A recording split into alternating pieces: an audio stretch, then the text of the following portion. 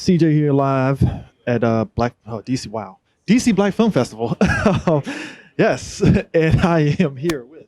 Sheila Walker. So your film, very interesting because I. It's rare that you kind of. It gives a lot of people insight on the African community, not like African American, but like the actual African community and seeing what they're going through right now, just the way everything is spread out. I guess. Well, actually, let me back up for a second. Explain to people, because I feel I'm doing a horrible job of explaining your movie and such. Can you actually explain to people what your movie specifically is about? Sure. My film is called Familiar Faces, Unexpected Places, A Global African Diaspora. And it's about the presence of people and culture of African origin around the world, focusing especially on places that we don't know about and on themes that we don't know about. And I think first of all, I think we really need to have a worldview. We really need to know that U.S. African Americans are not the only people in the African diaspora. We're not the majority. And I don't know, rather than see ourselves as this oppressed minority in the United States, frankly, I see myself as part of a global population. Around the world, Makes sense. so to speak. Yeah. Yeah. First. So, we don't tend to know that there is no country in the Americas that does not have an African descendant population. There are organized groups in all the countries in the Americas, and generally we don't know that. And we certainly don't think about African descendants in countries like Bolivia, countries like Argentina, and even less do we think about African descendants in India, in Turkey, in the islands. Like universal, Yes. so to speak. Yeah, and we have so much in common that we don't know we have in common. And we are generally unaware of the contributions of our African ancestors to the creation of the Americas and the Atlantic world, for example. Gold mining in the Americas, given the genocide of the indigenous people once the Europeans came. The gold miners who replaced the indigenous people were African. The Portuguese had been trading in gold, had a legitimate trade in the 1400s prior to trading in the lives of human beings, as if that were trade, right? But when the Portuguese and Spanish discovered the gold of the indigenous people, they didn't know how to mine the gold. If they had gold at home, they would not have come to the Americas to look for El Dorado. Yeah. They would have stayed home. Yeah. So they brought Africans from the part of West Africa that the Portuguese had called a Costa Mina, the coast of mines. Now Ghana, the British had called it the Gold Coast. And they brought these folks because they knew the sophisticated technologies of the era.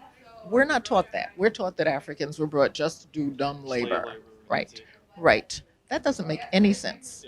The Europeans who colonized the Americas wanted to create new societies, so they needed people who knew how to create societies. Needed people who knew the various metallurgies, iron, gold, um, agriculture. Europeans didn't know tropical agriculture. Most of the exactly Africans knew that. That's why in the United States we eat things with doubly African names like okra gumbo. Both of those words are African words, okay? And we tend to not know that. Rice, the rice that's called Uncle Ben's ought to be called Senegambian rice or Sierra Leone rice. Uh, that rice was domesticated, the original rice was domesticated in Africa, Okay. not in Asia, as we'd have a tendency to think. You're saying that stereotypes. Yeah. Things of that nature. Yeah, so we have learned a whole lot of lies about our history and lies designed to disempower us. And so it's up to nobody's going to help us empower ourselves. It's really up to us to learn the truth about African contributions to the creation of all of the Americas and to get a sense of where we are on the planet so that we can feel that we belong all over. Yeah. Not just fixated in one place and stuff, basically. Yeah. So, like for you, do you see this as a way, like you said, clearly this is kind of a learning experience for everybody to kind of have an understanding of? Because, like, for a lot of us, if we were really asking and stuff, like, I remember me and my friends, we were like, well, I know we didn't just come here just for slave labor here. And then, you found out that, oh, there were some Africans that actually did go to Cuba. And there were some Africans that went to Puerto, like, around that Caribbean stuff. There was actually not even joking, there was a video game, Assassin's Creed, that actually had a side story involving a guy helping slaves in the Bahamas, like from slave labor. And I was like, whoa, that happened? It was like, no, yes, that actually did happen. So I like that this documentary is showing way more than that. Like you said, from every country and stuff. So you doing this extensive research, like, was it fun for you to like just all this knowledge just come flooding your way? Just like, oh, we're here. I mean, I have felt very enriched by learning so much. And I'm a cultural anthropologist. okay, So I don't just read books, I have to go places. yeah, And if I don't go, I don't really feel that I know anything. yeah, So I've been to all but two of the countries in the Americas. And when I go, I'm not a tourist. My goal is to get to know the African descendant you get community. into the nitty gritty talking to people and everything. Yeah, I go to their houses. I eat whatever they eat. I go to their ceremonies. I get in their canoes and Yeah. go up rivers. Yeah, I think to me, it's very exciting. I can't imagine not doing this. Yeah, I mean, would you ever imagine like I'm gonna be traveling the world at some point doing something that I like? I mean, was that always at the forefront of your head, like starting out? Well, I've always wanted to travel since I was 4. Okay. I had an aunt who lived in Chinatown in New York, so I knew there were other people who looked different, who ate different stuff, Yeah. who had dragons. They used to have dragon parades. Yeah. It's Well, fun. in the town where I lived, there were no dragons, so I thought, other people are doing things that are more interesting than us. And when I was in college, I was the last colored girl, the last only colored girl in my class at Bryn Mawr College, so I needed a little balance. Yeah. So I went to Cameroon in Central Africa as part of an exchange program, Okay. lived with a wonderful family, very Pan-African in orientation. And it was that family that led me to understand that we are every place. Yeah. They would ask me questions like, do you know Sparrow, singer from Trinidad? I'm like, I'm from Jersey. Why would I know somebody from Trinidad? Do you know Pelé, soccer player from Brazil? No. Well, then, thanks to that family, I learned that I had something in common with Pelé from Brazil, with Sparrow from Trinidad, because his family saw them and me as part of their extended African family. Yeah. When they had parties, I thought, ooh, drums, African Yeah. costumes. Nah, Nah. nah. They had records Yeah. from Cuba, records from Guadeloupe, records Wow. from, yeah. Eye opening is like, oh, okay, so it's not what I thought it was. Exactly. And they said, did you bring us any records? Did I know they had electricity? I didn't admit my ignorance, Yeah. but I think that's Americans as a whole. We have. I think I talked to another one of the film directors. He was from Africa, and he's like, he wanted to challenge Americans' perceptions. Like we always have this perception, whether it's, and I blame a little bit on the movies as well, because we have this idea of movies like Africa, whatever, and stuff, but we don't realize no, Africa is actually way more than what we think it is. So absolutely. The town I lived in, small town upcountry, was the capital of a kingdom. And okay. yeah, so that's how I started. And so if you have a kingdom, you have a king and a royal family. This king, I was told, had about 46 wives because he had to have a lot of kids. Yeah. So you have to have a lot of wives to have a lot of kids. That town also had 2 museums. Okay. Wow. Now, yeah. That's how I started. And the father of the king, when I was there, had created a writing system for his language. He had written books about his culture in his language. He had created schools in which to teach his books. And when the French came to colonize Cameroon, the first thing they did was close his schools. And when I read about that, I thought, sounds just like the United States, that made it a crime to teach African Americans to read and write during slavery. So the deal was they weren't supposed to have their own ideas. They weren't supposed to have their own No free thought thinking. processes, exactly, because that's dangerous for colonizers and enslavers. So that's how I started my experience in Africa, with a Pan-Africanist family and in a town that had that kind of rich culture and conscious culture. Like my first morning when I got to the town of Fumban, my Cameroonian father, because I was going to live with their family, so I was like their daughter. He showed me the furniture in their living room, and he said, "This furniture is not European. It's Bamoun, his ethnic I group." mean, yeah, that's a proud thing. It's like this is for us, by us. Exactly. And I had never thought that furniture had an identity, right? But it does. I It mean, once you start does. learning, it's like, oh, Yeah. really?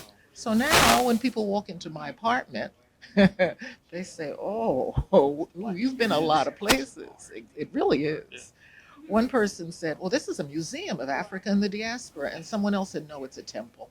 Yeah, I mean, clearly. So, for you, I guess lastly and stuff, this documentary, do you feel, I mean, with the way we are taught history in school, now clearly you can't really, you can try to change it and stuff, but I feel, do you think this is something that could be added as like, hey, here's something that's different than what you're taught in history books and stuff, and this is something beyond just, well, just take an African American history course and that's it. You think this could be part of like just American history as a whole to kind of inform people that it's more than just Africa and that's it?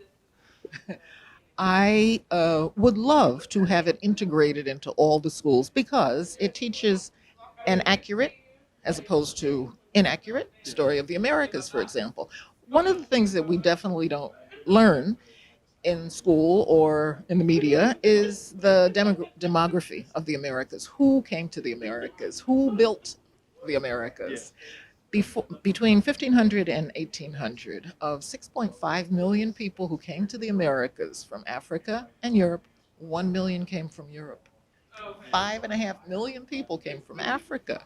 So during the first 300 years of the 500 years of the modern Americas, almost everybody was African or of African origin. And those were the people who built everything. And so, how are we going to talk about the Americas without talking about who built the Americas? Clearly we did. I mean, Yeah, and that's I'm not making this up. oh no, This it's is a true fact. I it's mean, fact. yeah. So if we're not taught that, then we're taught lies. And school, compulsory schooling, is supposed to teach you at least a minimum of truth. Something. Yeah. Yeah. So it is my goal to have this film and others that I will make seen more broadly, particularly in educational institutions. I actually did this film to be shown at the United Nations, and it was part of Black History Month for the International Decade for People of African Descent. The United Nations declared 2015 to 2024 the decade for people of African descent. And most of us don't know that, right? No. It's Okay. my first time hearing it. Aha. Well, the film starts with a screen that has the logo of the decade. So it was shown at the UN, and the UN sent it to their United Nations information centers around the world in Africa, Asia, Europe, South Pacific. So I'm happy about that. But it needs to be seen more. It will be shown at Sankofa, the cafe on George Avenue on the 31st. So next Saturday. Yeah, so next Saturday, folks. Watch it. Yeah. If you're not here, well, if you weren't here yesterday. Uh, so I think it's really important. I mean, it's mine. I love it. All the filming is mine. I was in all those places, but I just love the opportunity to share my experiences with other people, and I love to see the surprise at what they learn. Oh, that guy looks like somebody I know. Where's he from? Bolivia. Bolivia? Yeah, there are black folks in Bolivia. You just saw them. So now you know, right? Go down there, no problem. It's like your folks are there. Yeah. My experience is that when I'm in various places in the diaspora doing research, they recognize me, I mean, not me, Sheila, but me, someone who looks like them. Yeah. And no one ever says, oh, you must be from the United States. No, when I'm in Brazil, they just want to know what part of Brazil I'm from. Yeah, that's usually the first question. Yeah, it's a big country. I speak some Portuguese. It's a little funny Portuguese. And so they want to know, well, what part of our country are you from? In India. Yeah. India. I was asked what part of India I was from because I was interviewing Afro-Indians and they were, I'm looking at them and they're looking at me too. Yeah. So I think it's really important for us to get a sense of us in the world. My identity at this point is that I am a citizen of the global African diaspora with a U.S. passport as a result of a slave ship. Well, appreciate you taking the time to talk to us, and hopefully everything goes right with the documentary. Get more people eyes on it, especially. Yeah. So yes. So yeah, cool. So CJ is out. Talk to you later.